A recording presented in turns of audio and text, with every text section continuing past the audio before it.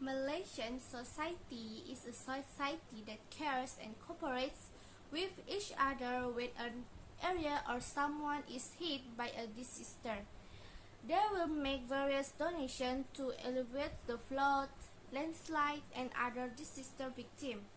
This has been an obligation for every Muslim to help each other when they are in trouble.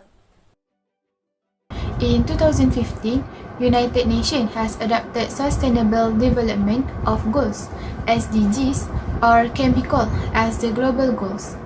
This is because United Nations at it as a one of universal call to take action or responsibility towards to protect the planet and poverty and make sure that each of every people enjoy prosperity and peace by year 2030.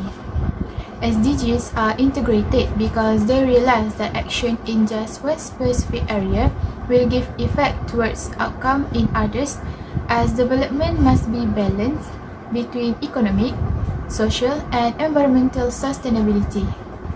Therefore, SDGs has 70 goals which are no poverty, zero hunger, good health and well-being, quality education, gender equality, clean water and sanitation, affordable and clean energy, decent work and economic growth, industry, innovation and infrastructure, reduce inequalities, sustainable cities and communities, responsible consumption and production, climate action, life below water, life on land, peace, justice, and strong institution.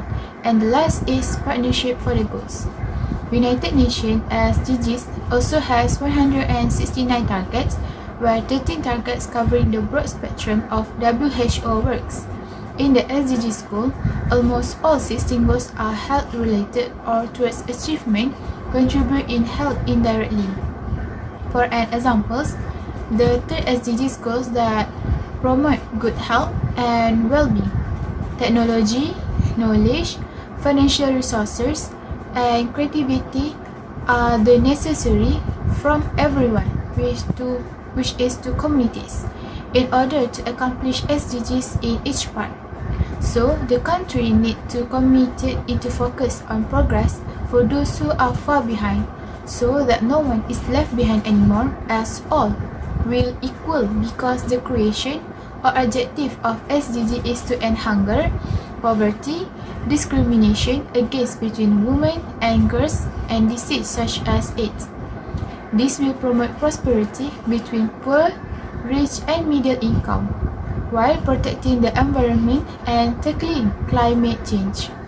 But have you ever wondered why no one organization or center will gather NGOs or groups that like to help in one building or organization? For example, like now, when there are too many NGOs that manage food, this thing will be wasted.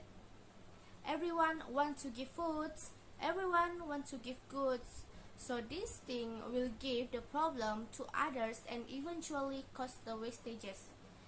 If there is an organization or group that become the leader of the NGOs or the group that's help, all the system will be more easier. So, we want to introduce our product and service, which is charity bank. So to give the solution for this product, we want to introduce the product, functions, and advantage of our product that will give the benefit to the community. To find out more about our product, I will pass it on to Siti Nur Eliana to explain it. Hello, I am Siti Nur Eliana binti Taja Arifin. I would like to introduce our service. As you can see in the center, this is our logo. Our service is named as Charity Bank Malaysia as it was founded by the non-profit organization called Charity Malaysia. We aim vision and mission for this service. We vision our product will be full of integrity, justice, and full compliance in Sharia according to Islamic law guided through Al-Quran and As-Sunnah. Besides that, we also ensure our service to focus on helping people in need that elements of the system is according to Islamic law. at the same time to nurture humanity spirit on nations as one. We hold our aim for this charity service based on one fragment verse from Al-Quran in Surah Al-Ma'idah, verse 2, which said, "Cooperate with one another in goodness and righteousness, and do not cooperate in sin and transgression." We want to make a first service for Malaysian people in need to help them nurture Islamic values and elements through our service for our customers. We explicitly prohibit any cooperation that is against from Islamic and Sharia compliance, such as corruption, gambling, and uncertainty. This is our organization. We started Charity Bank that is founded by Nur Izzati binti Narzu. She is the founder of Charity Bank Malaysia. Along with her, there are 4 other co-founders which are Nur Asma'ul Husna binti Maliki, Nur Nabila Nazwa Nurzam, Sarah Hatika Sabaruddin, and Siti Nur Aliana Tajarifin. The establishment of this charity bank will be in Kuala Lumpur as the headquarters. We also plan to make few branches around Malaysia. As for now, there are three branches we propose on, which are in Shah Alam, Selangor, Seremban Negeri Sembilan, and Kuantan, Pahang.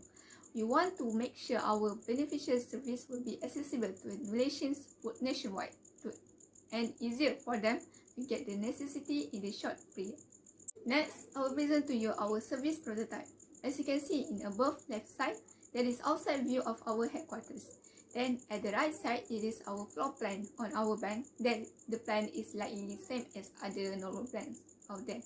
But I want to point out that we have bank of donors on the back to keep all the goods, properties, and money in safekeeping box securely. So any people that wanted to donate, they can easily drop off their goods and properties here. We promise along the terms and conditions.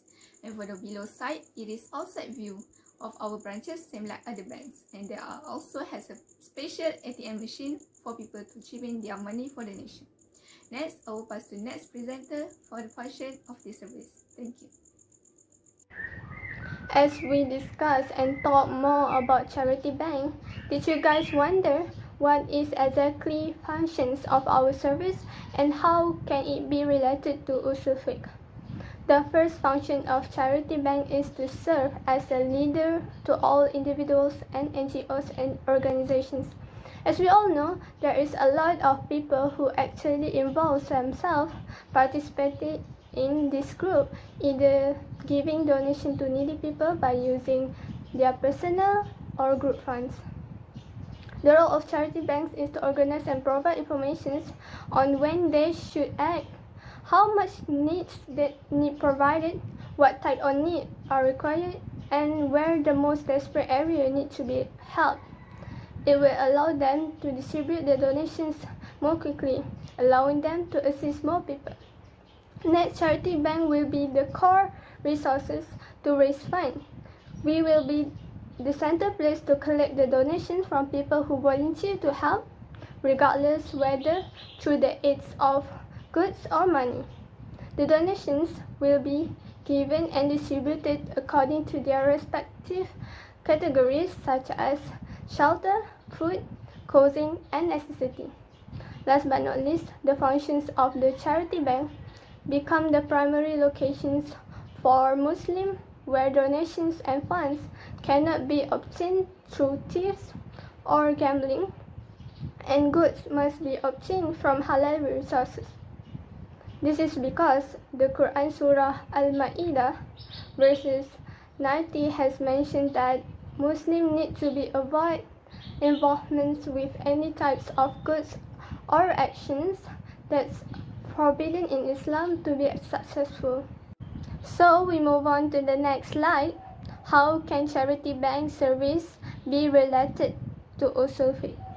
If you guys look closely to our charity bank, we cannot deny that it will involve transactions from one party to another.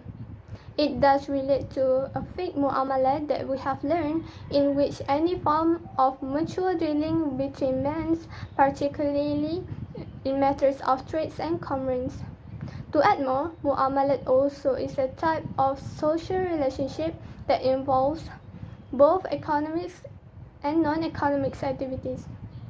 Therefore, for charity banks, the most important basic things for us to understand in muamalat are, we need to be clear about the property or goods that we receive on what basis.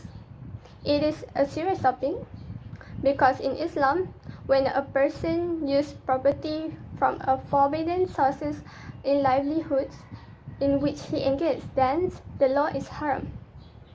With regards to all the charity banks, if any mistake occurs in which there is mix between haram and halal resources or unknown sources of donations, we will assume that it's shubha property. By that we know that the person who received the property through the donations or alms are halal to receive it and do not need to return it. But with the conditions, they are not directly involved in promoting illegal activities. This is because in Quran Surah Al-An'am verses 164 mention no one is responsible to the sin of another. When dealing with forbidden properties, the sins of committed illegal act is borne solely by that person and not by others who transacts with him.